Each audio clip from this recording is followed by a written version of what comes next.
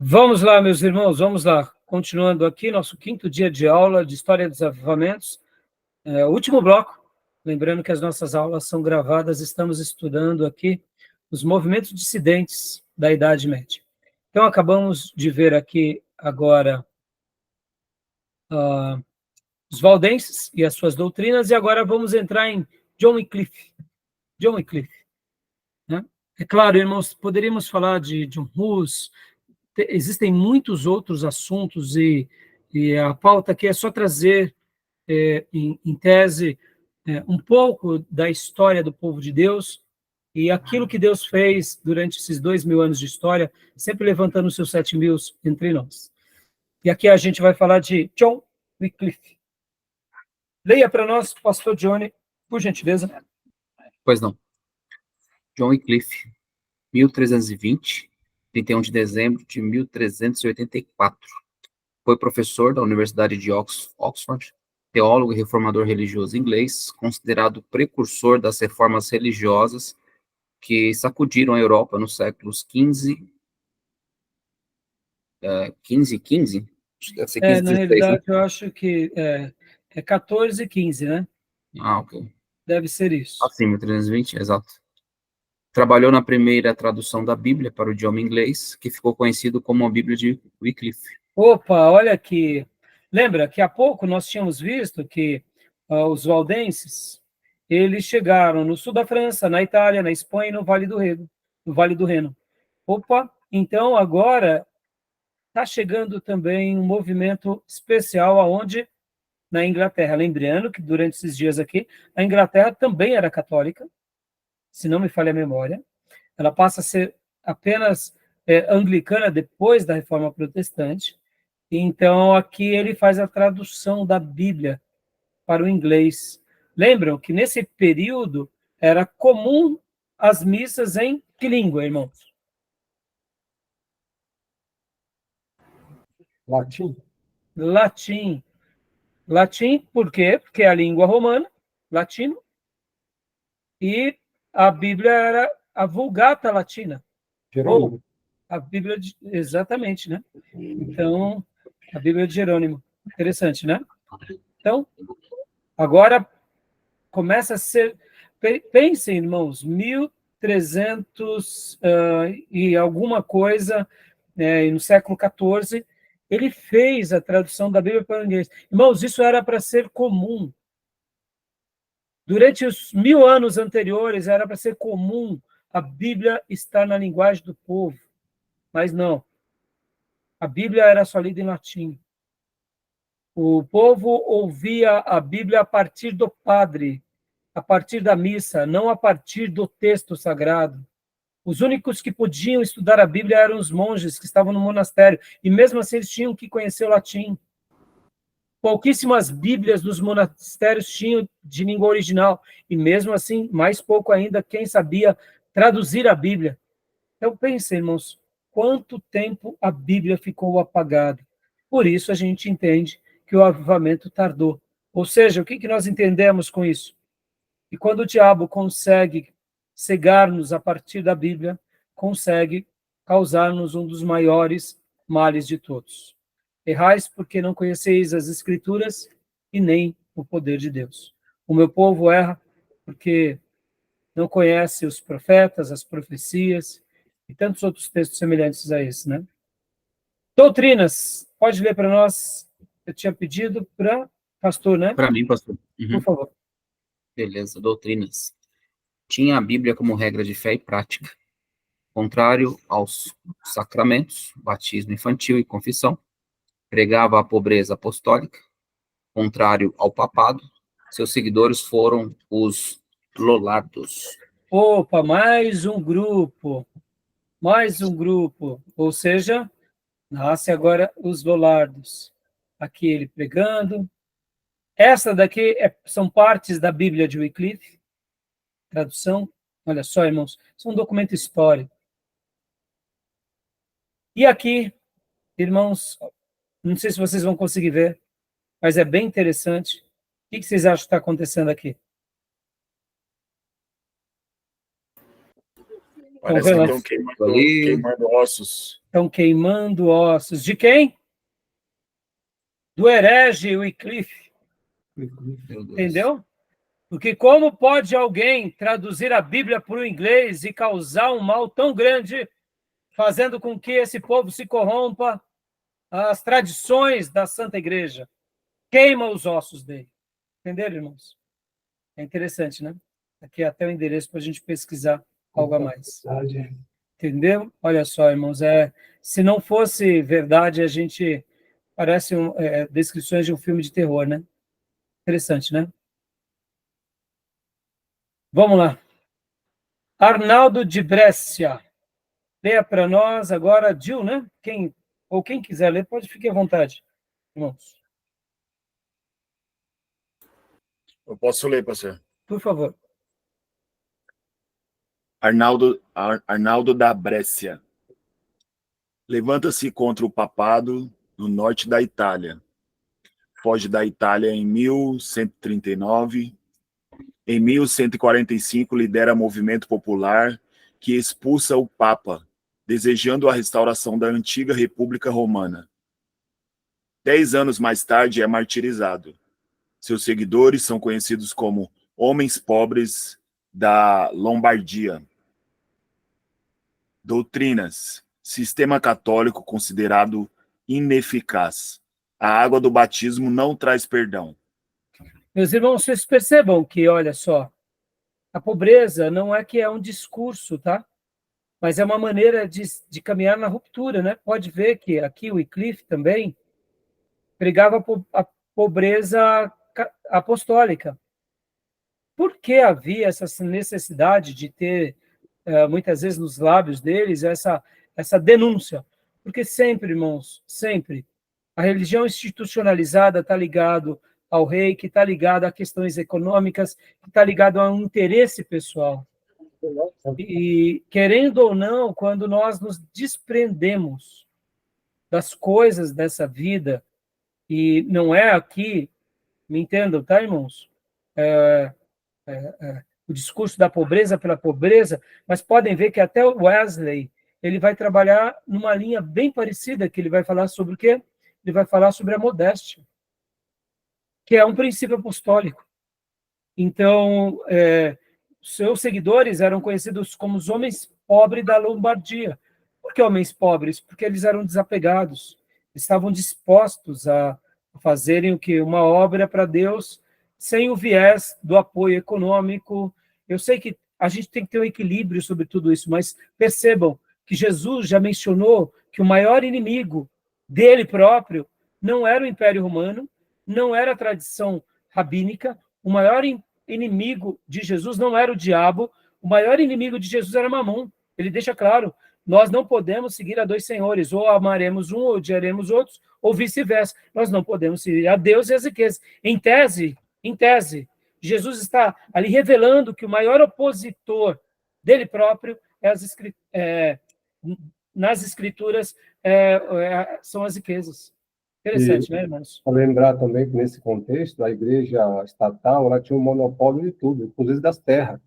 Muito obrigado. Eles tinham a indulgência. Até hoje nós temos Universidade de Mogi das Cruzes. De quem? São dos papas.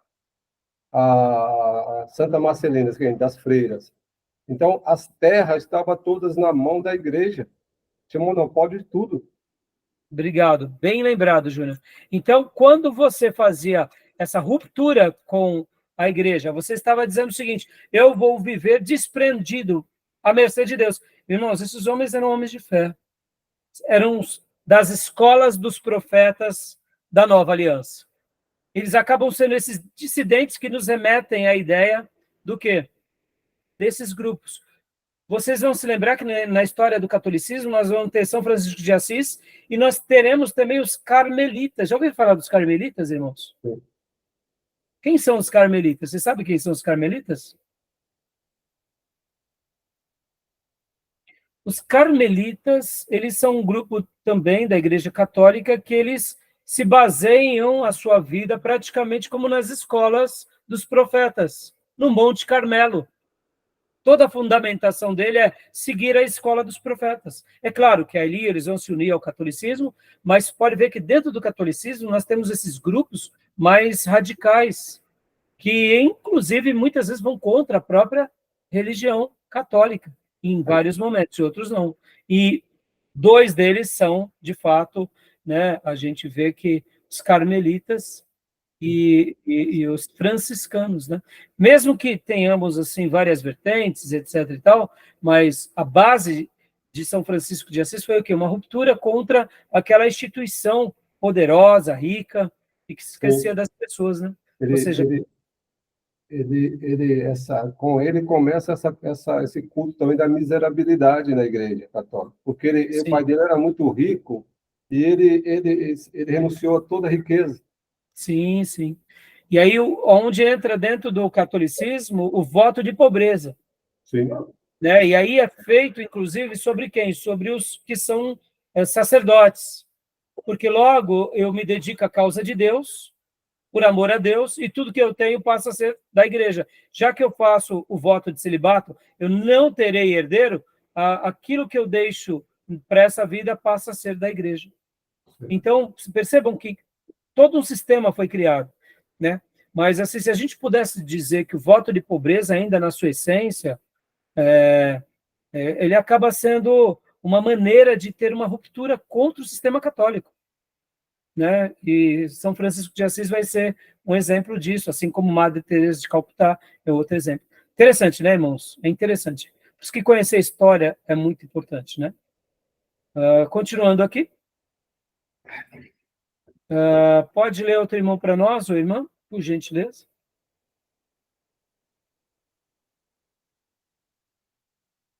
Vou ler. João de Wesel coloca as escrituras como autoridade final no cristianismo, rejeita as pretensões sacerdotais do controle da salvação, nega a doutrina da transubstanciação, preso em Mainz, morre em 1482. Por um pouquinho de tempo ele não viu a reforma, né? Pode continuar, Ju, por favor? O Wesel Gansford, acho que é tudo alemão, né? Holandês, né? Holandês que proclama a doutrina da justificação pela fé, ataca a doutrina das indulgências, morre em 1489. Lutero confessa que a doutrina da reforma são evidentes nos escritos de Wesel. Ou seja, você pode ver que o próprio Lutero, ele vai dar mérito, vai dar prestígio, né? Aqui, Jan Hus, ou John Hus. Continua para a gente, Júnior, por favor. Nascimento em Constância, 6 de julho de 1415. Foi reformador religioso. Iniciou um movimento religioso baseado nas ideias de John Wycliffe. Aquele que foi queimado há pouco, que nós falamos que até os ossos foram queimados como um protesto ao herege. Sim. Os seus seguidores ficaram conhecidos como os husitas. A Igreja Católica não perdoou tais rebeliões e ele foi excomungado em 1410, condenado pelo Concílio de Constância, foi queimado vivo. Eu acho que tem alguma informação errada, porque aqui é o nascimento 415. Então, essa data aqui, Exato. possivelmente, eu não percebi anteriormente ao estudar o material. Mas tem alguma coisa aqui errada, tá? Mas, mais uma vez, queimado vivo. Vem cá, meus irmãos. Será que tem algum macedinho que quer seguir John Wycliffe, John Hus, entendeu? Sabendo que o destino vai ser o mesmo? Entendeu, irmãos? Olha ele aqui. João Batista, né? Um João Batista, um Eli, o profeta Elias, Eliseu. Vê se eles querem isso, né? Leia para nós, pastor Johnny, por gentileza, discípulo de Hus. Vamos lá. Os grupos mais radicais foram adamitas, taboritas, orebitas, utraquistas e pragueiros. Ala evangélica, Irmãos da Boêmia. Curioso, né?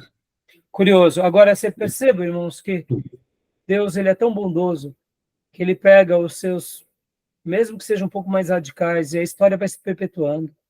Não é a morte que vai acabar com a nossa história. Pelo contrário, nos planos e propósitos de Deus, ele sempre vai pegar os seus vasos, a história do seu povo, e no tempo dele ele vai fazer algo notável. Isso é maravilhoso, isso é fé também, né? Amém. O objetivo era trazer a reforma à Igreja Nacional, restaurando a pureza original do cristianismo. Tornam-se organização em 1457, espalham-se pela Boêmia, né, e Morávia. Opa, dá uma pausa aqui, pastor, por favor. Olha aí a Morávia. Olha a futura Morávia. Entenderam a importância de John Hus e de seus discípulos? Será que todo radicalismo ele é mal de tudo? Nem sempre, irmãos. Tem vezes que o radicalismo ele pode até ser mal quando a gente vai para questões éticas, morais, de intransigências, mas tem vezes que é um radicalismo até um pouco ingênuo com relação ao quê? É que nem, por exemplo, os nossos irmãos essênios, ou o grupo essênio, de judeus essênios, que possivelmente João Batista resgata algumas coisas. Então, tem vezes que a gente olha um grupo radical, eles fazem uma ruptura com aqueles grupos dominantes, e tem vezes que a gente aprende até com eles, né? Verdade. Diga, o que você está falando? Eu acho que o problema do radical é a violência, né? Ah, sim. Porque, de certa forma, eles têm, a vontade deles é manter a pureza, né? O zelo, e aí ultrapassa. Exatamente, aí não pode, né? Por isso que eu disse, de tudo, tem vezes que, assim como temos assim o liberalismo exagerado, a frouxidão, temos os grupos radicais, mas quando, dependendo do contexto, a gente até entende um pouco melhor. Continuando para nós, pastor, por favor. Pois não. Precursores da reforma protestante. Usou da imprensa, organização de escolas e ampla disseminação de suas doutrinas. Aí, ó. Você vê que é uma pessoa já contemporânea com os seus dias. Usou das ferramentas dos seus dias para propagar aquilo que sabia. Tá bom, meus irmãos? Ok. Olha aqui, então, ó, deixa eu até parar aqui nossa transmissão. Esse radicalismo, até mencionado pelo Júnior, né? Essa questão mais agressiva, também não se dá por conta da própria agressividade da igreja, uma forma de defesa deles. Sim. Pode ser por várias frentes, né, pastor? Mas, assim, perceba, muitas vezes você está enclausurado, você acaba tendo aquele ímpeto de querer ter libertação, né? Pode ver, existe aqueles grupos, né, que são os anarquistas, que eles querem impor as suas liberdades à força, mas existe aqueles que querem uma libertação do sistema dominante. E isso também acaba sendo, a gente acaba sendo visto como revolucionário. Tem vezes que, infelizmente, a gente é obrigado não digo assim, a praticar o mal, né, mas é ser um pouco mais radical, né? Pode ver, irmãos, esses dias eu assisti uma reportagem, né, sobre as Américas Latinas, junto com aquele geopolítico que eu falei há pouco, o professor Roque. Ele falava que os índices de morte na América Latina são maiores do que as mortes que acontecem em vários países que estão em guerra civil. Então, ele começava a falar sobre a questão criminal e a questão da convivência com o crime, com a morte, de todos os habitantes da América Latina. E os números são tão grandes, mas tão elevados, que se pegássemos toda a América Latina, é claro que alguns países mais e outros menos, mas é como se nós vivêssemos há décadas em guerra civil, sem ter uma guerra civil. Por causa da criminalidade, por causa da promiscuidade, por causa da corrupção, por causa do pecado. Aí você pega países africanos que estão em guerra civil há muito tempo, pegamos países no Oriente, pegamos grupos, né, dentro do Oriente Médio, né, aquela região, inclusive aquela região que nós consideramos como Oriente Médio, nós pensamos que só tem árabes. O próprio professor Roque, ele explica que ali dentro do Oriente Médio existem pelo menos 14 etnias, os persas, os árabes, aí vai citando, irmãos, uma quantidade enorme, gigante de grupos, e depois tem um pinguinho lá que são os judeus. Então, quer dizer, olha a complexidade do mundo que a gente vive, né? Então, assim, tem vezes que uma atitude mais radical, uma atitude é fruto do meio, né? Fruto do meio. A gente precisa... Agora, é óbvio, não justifica nós pagarmos mal com mal, já que vivemos no meio de guerra, a igreja também se armar para contra-atacar. Aí não. Somos o povo de Deus, somos o povo da paz. No entanto, aprendemos com a história que a defesa ela é legítima. Ser um grupo que não se defende também é perigoso. Né? A gente vai ver isso mais para frente. Então, beleza, meus irmãos, terminamos aqui. Semana que vem a gente vai entrar no avivamento metodista, vamos gastar uma aula falando sobre o avivamento metodista, George Whitefield, vamos pincelar sobre alguns reformadores, não deu tempo hoje de falar sobre Lutero, eu pretendo só pincelar, e deixa eu terminar aqui com esses dizeres aqui, e eu vou estar passando para vocês no nosso grupo de WhatsApp, um trabalho, que quem fizer, vai ganhar ponto extra. Não é obrigatório, tá? Mas quando eu dei essa aula, há 4 anos atrás, no 5º dia, eu dediquei essa aula de uma forma especial para Savonarola e Lutero. Aí vocês dizem, por quê? Enquanto eu estava estudando para passar para vocês, eu fiz essa aula baseado num protesto meu. Eu tinha acabado de fazer na igreja, e eu achei por bem de pegar os alunos e fazer esse protesto. Inclusive, né, na aula de hoje que eu vou compartilhar para vocês, inclusive vou até compartilhar rapidamente agora aqui, só a janela do texto de Word, só para vocês verem. Olha só que interessante. Rapidamente, eu não vou ler até por causa do horário. Mas olha só, irmãos. Era outra data, né, óbvio. Então, eu tinha colocado aqui que eu remontei essa aula. Depois, se vocês quiserem ler tudo isso, vocês vão ver que eu até faço a citação das aulas que estão no nosso canal, na minha página pessoal, e na página do nosso canal do seminário no YouTube. Estão como aulas privadas, então com o link você abre as demais aulas. Então, por que eu fiz um protesto? Qual foi o meu protesto? Foi um protesto que eu tinha feito à igreja pelo pronunciamento do Ed Renekiewicz, fazendo as suas declarações públicas e revelando uma postura diferente da boa tradição protestante e de outros pastores que estavam apoiando ele, e grupos, né? E naqueles dias havia acabado de ter o quê? Estavam para se formar, né, dia 25 de outubro, a gente sabe que é dia 31 de outubro, que os 503 anos da Reforma. Então, o que acontece? Eu fiz questão de falar e dedicar essas 2 aulas sobre Jerônimo Savonarola, pré-reformador, e Martinho Lutero, mostrando o seguinte, fazendo um paralelo entre a vida deles, a vida de tantos outros homens de Deus, que colocaram sua cabeça na guilhotina por não aceitarem a religião institucionalizada. Enquanto isso, nossos pastores, que outrora eram pastores piedosos, agora se enveredando por uma agenda liberal.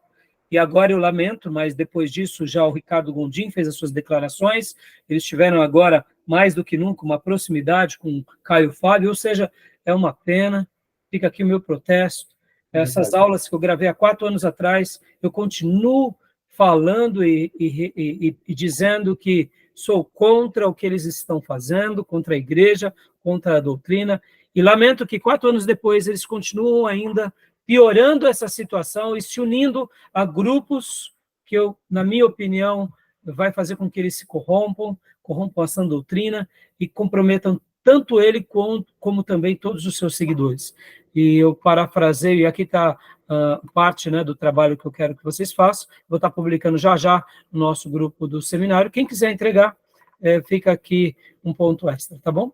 Então, eu digo isso com pesar, porque 4 anos se passaram e eu não mudo o meu pensamento sobre eles, pelo contrário, eu oro por eles, Ricardo Gondim, Ed Renekiewicz, Caio Fábio e tantos outros que se enveredaram, aí, o próprio Edilvaldo Ramos, para uma agenda mais liberal, e lamento que eles tenham misturado a fé com a política, com o liberalismo, uma igreja inclusiva para agradar as pessoas e não a Deus, e eu faço aqui a minha denúncia porque eu não acredito que Deus esteja feliz com eles.